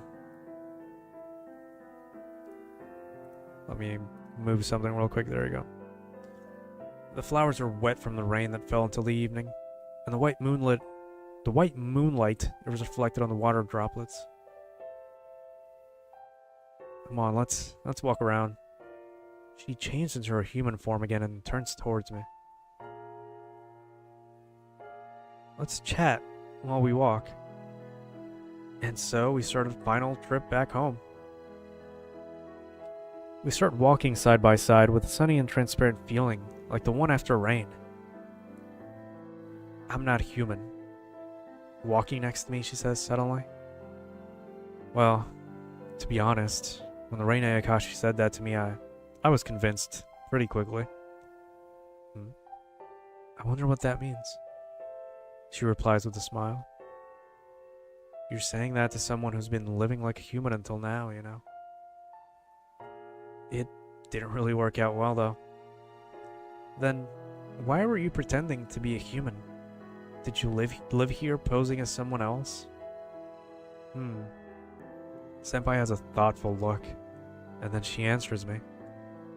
I wanted to go out into the world, and I was also interested in people. Is there any reason for that? I'm a well-to-do young lady, after all. Ah, what's that reaction? It's convincing. Does it fit? It does indeed. You seem to find everything fitting today. But that helps me understand. You had no common sense, or rather, you did things that ordinary people wouldn't even think of. So I was rather relieved to hear of that. I wonder if I was really that unconventional. Did you think you were pulling off the whole human thing? I thought so at first. But now that attitude doesn't feel right anymore, does it? That's right. I was in high spirits when I entered school, but people gradually stopped approaching me. Well, people can choose who they want to be friends with. And which one would it be in our case? Which one? What do you mean? You say people choose others. Did I choose you? Or did you choose me? I feel like I can only choose that I chose. Or only answer that I chose, you know what I mean. Oh, you just said something nice, didn't you? Well, that's the truth. Back during the club members' recruitment days, when I first met you, I wanted to follow you. I was sure you'd take me to a faraway place. And was that prediction correct? Me being here now is the answer. That's right. I too am here now, after many sacrifices. Silence descends up between us, who are beginning to regain their normal liveliness. That's the truth. Yeah. I'm an existence that shouldn't be here by now. Shouldn't be anywhere by now. I can't say anything. I'm not able to condemn you. To be honest, I still can't dislike you. I can't hate you no matter what you've done. I don't want to. It may sound like I'm saying something out of line, but I'm happy I can meet with you one last time. One last time? Yes, I came here to do that. When I met the Reina Ayakashi, I thought, maybe there are Ayakashi even more dreadful out there, and maybe there are lots of them. That's right. There are many more powerful, stronger than him. I see. All of them may come to get you. Surely. So, today might be our last time. Yes, that's all correct. So if we met today and said our farewells, that'd be it. But maybe we can be together forever. Are you suggesting we should escape? That's sort of what I was thinking. I like the sound of it. That might be nice, but... Then she raises her voice. When I turn around, she's looking up at the moon at the sky. The moon is beautiful. Just as she says, the moon floating in the pitch black sky is pouring light while illuminating the clouds of the dark night. It looks like a round hole in the sky. There's another world out there, and its light is leaking out onto Earth. That's the kind of hole the moon is. Why does the moonlight look so lonely? Maybe we're the ones who are lonely. Not the moonlight? We're all lonely. But we usually don't realize or hide it from anyone as we live our lives. But at night, the moon shines on it, on the loneliness inside us. Have you ever felt lonely? Recently? Not so much. But I still get that feeling at night. I see. And you? I do feel lonely. After answering immediately, she lowers her eyes. I'm lonely, and I feel as though my body is going to collapse at any moment. If there's anything I can do... She outstretches her arms, wraps them around my back from the front, and hugs me. Hello, my dreamer friend. We're just wrapping up this visual novel here. I want to have you. Then, I'll exchange Hariya for Senpai. You've said it now. No takebacks. She chuckles. Hey, can you hear? Hear what? It looks like it's gonna rain soon. Raindrops fall suddenly. When I look up, the rain clouds that should have been cleared earlier are beginning to cover the night sky again. Yeah, it's been an enjoyable game so far. It's pretty relaxed. Pretty good story. Pretty short too, but whatever. I feel like I made the right choice based on what I would have done anyway. It's about an hour long, so you can always go back and rewatch the whole thing. Then what's coming now is... I'm not screaming that, you bastards. I hear a crackle behind me. The deafening voice of the shark slams down from above onto the ground. The flowers sway in front of the earth, or in the roar of the earth. Huh. When I turn around, I'm held in Senpai's chest. Yeah, that. She mutters something, only one word, but I can't understand it well. The agony of death, a screaming voice in pain. Even though it comes from our enemy, his screams freeze my blood. The changes in the volume and tone of his voice, until the screams faded away, seemed to make the contours of death stand out vividly. Then, a sound as if a large amount of water is being thrown on the ground. It's over. Then she adds, as if remembering. Looks like a red spider lily. Did she say bloom? Or maybe break? Or burst? The exact word doesn't matter anymore. A red spider lily. Do you have any more regrets? Do you want to see one for the last time? Nope. It's okay. Ignore what I said. Rather, let's continue what we were talking about earlier. What exactly happened? Okay. She says, letting go of my body. Are you talking about escaping? Yeah. Yeah, I'm calling it an escape, but I've no intention of running away. Do you want to obey the orders? You want to fight?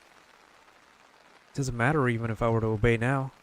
I've harmed Ukai way too much to be forgiven. The shark Ayakashi, I think. Or the rain Ayakashi. Yeah. She has laid a hand on her compatriot. It's not that we won't run away, it's that we can't run away in the first place. We'll be caught. And even if we resist, we have no chance of winning. And even when we're caught, we'll be killed. These are all our options. Are we at a dead end? I don't know what to do. Then what should we do? I'll follow you. Thank you. Let's see.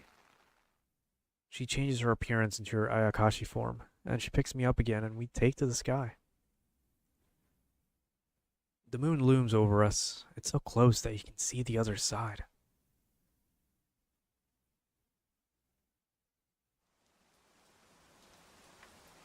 We arrive at our school. The scenery that I normally see looks completely different within the darkness of the night. When we approach the window of the clubroom, Senpai strokes its surface with its fingertips. Well, her fingertips. Then I pull the window and it opens smoothly. The series of movements are natural and fluent, like a ritual. Even a locked door isn't affected before you. It's like opening a shell of a clam. The expression gets stuck in my mind. Through the clams having their shells open, the things she has done come to mind. Was there ever a crime done in a locked room in the nationwide murder case? Careful, it's dark. We enter the clubroom spontaneously without having decided to do so beforehand. I grab the edge of the window with both hands and put my foot on the window frame to climb over. The soles of my shoes touch the wooden floor. Why do I get the feeling we're gonna die? In some sort of Romeo and Juliet type bullshit. Let me sit up for this. After that, I step aside and turn around to see her fluttering in like a butterfly. When she enters the room, the outside air blows in, and the darkness inside blends with it. Even breaking in through a window now makes such a difference. Should we turn on the light? I ask, closing the window. It's better if we don't. It'll be troublesome if the light can be seen from the outside. She replies while lowering the key to the window. Close the window. Our movements blend together seamlessly, like gears on a machine. I'm sure that if I were to start a sentence, she would immediately be able to say the rest of it. This is the sort of sense of unity that envelops us. We face each other in the dark. In the pitch black club room, Senpai's figure is emitting a mysterious glow. It's strange. What is? Well, we're sneaking into school at night right now. I think it'd be normal to get a little excited, but I'm strangely calm. What are you talking about now? First, you made the rain clear, and then we flew into the sky and you killed a shark. Only after all that did we sneak into the school at night. True, this has been quite a big adventure. Well, maybe we don't need that. We need it. Jesus. Maybe we don't feel it that much because we're too used to being together in the club room like this. Might be that. This room, overflowing with our time spent together, is now connected to this moment as well. The club room is filled with darkness, in the heart of the rainy season. We stare at each other in the dark. The darkness envelops us. Our bodies melt into the darkness, and the darkness stretches into us. A faint ray of moonlight seeps into the room through the window. As she grabs my hand, the light of the moon slowly disappears, buried by the cold rain clouds. My bad. She takes a step forward. I don't move. From the front, she then pushes my body towards the wall.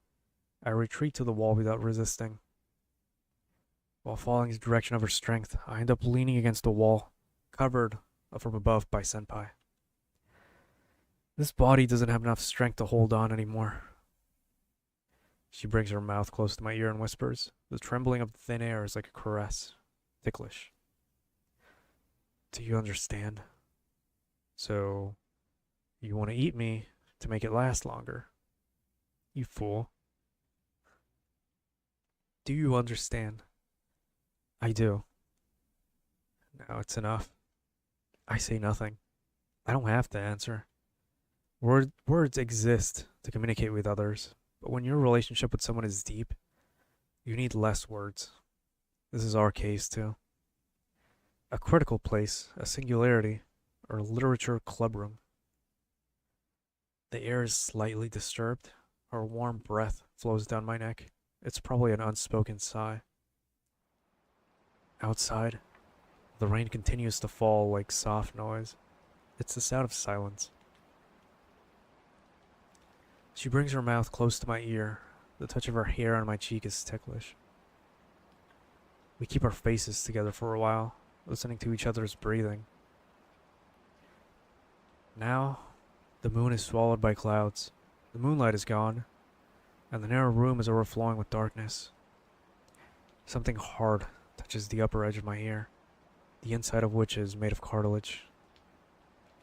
My tactile sense that has become sharp in the darkness now sharpens further all the nerves of the ear. I can feel a solid touch behind my ear.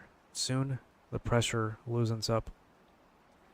The seams of my body might just collapse and vaporize. That's how I feel. Usually we don't notice, but our bodies are truly heavy and there's nothing we can do about that. If you have a body, you can go anywhere on Earth. With some ingenuity, you can fly in the sky and dive deep into the sea. But without a body, you can go even farther. As I was thinking all that, a weight was suddenly added to my body. It has body heat. It's breathing. The body is indeed heavy, and rightfully so, I think. Is it painful? No, not at all. We all have a body. I'm sure that's why we can feel each other's hearts in pain. But Because of that very body, we can never be one with someone. When we are born, we become a single individual and we live alone forever. In this lukewarm, damp darkness, those walls dissolve. Just like shadows blending together, our boundaries become ambiguous. Where does it end for me, Senpai, in the darkness that fills this room? My body's floating. It's like being in warm water. Is my blood rushing to my head? Is my consciousness hazy? Or is maybe my soul trying to escape? Anything is fine. For now, I am me, and I am here. For now. Senpai, are you here? When I ask, she raises her upper body. With a desire to touch her, I stretch out my arm towards her. My hand touches her cheek. I am. She says with her familiar voice. She takes my hand and shakes it, redirecting it somewhere else. It's pulsating. Warm blood circulates through her palm. How long will you be here? I'll be here forever. What about you? I'll stay here. Until the end. She approaches me again. I whisper in her ear as I wrap my arms around her back. Senpai. What? I like you. Huh? Thank you. I'm very happy. I'm so happy. Me too. I love you. I love everything. Your taste, too.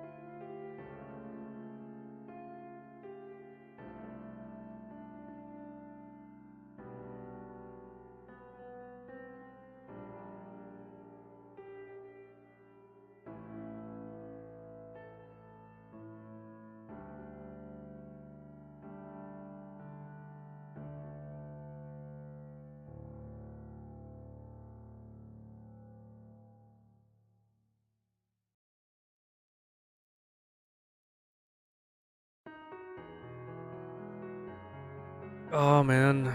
Well, I gotta say, I gotta do this first.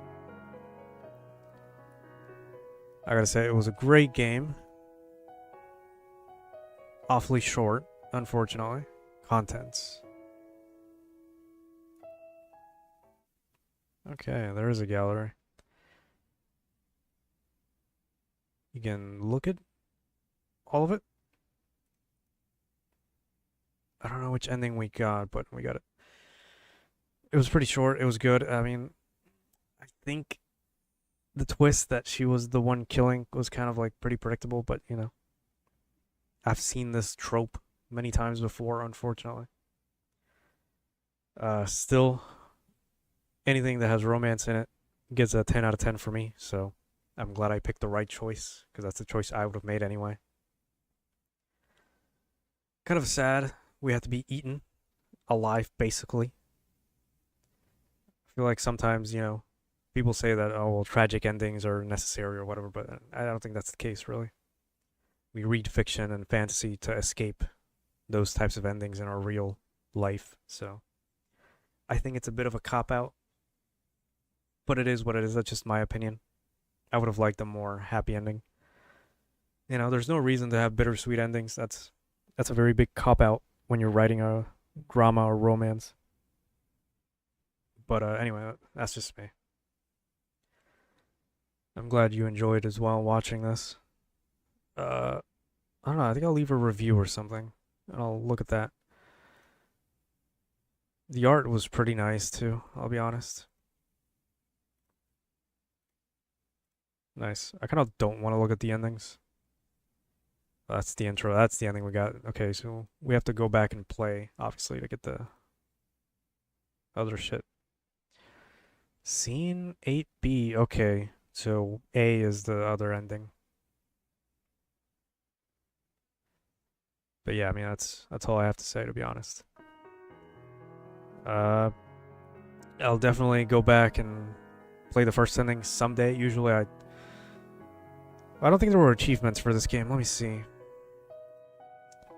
No, this doesn't have achievements, so I really don't have a reason to like fully max out everything. It was just gonna take like 5 minutes though, but normally that's what I do when I beat the game for the first time or a visual novel. But on this one, I think I'll just do it on my own time at some random time later. But yeah, that was Absent in the Rain by Diorama. Indie Japanese like little dev team. I don't know what else they've done. I'll look for it and let you guys know. But yeah, until next time, I suppose. Thanks for stopping by and enjoying it with me. Goodbye.